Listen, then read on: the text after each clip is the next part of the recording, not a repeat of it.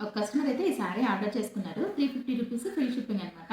అయితే ఈ customer return option ఉందా అని చెప్పేసి అడిగారనమాట. నేను చాలా వీడియోస్‌లో చెప్పాను కదా! రిటర్న్ ఆప్షన్ అయితే ఏవైనా డ్యామేజ్ ఉంటేనే రిటర్న్ తీసుకుంటాను. లేదంటే లేదు. సో, దానికి కూడా ఓపెనింగ్ వీడియో అవసరం అని చెప్పాను.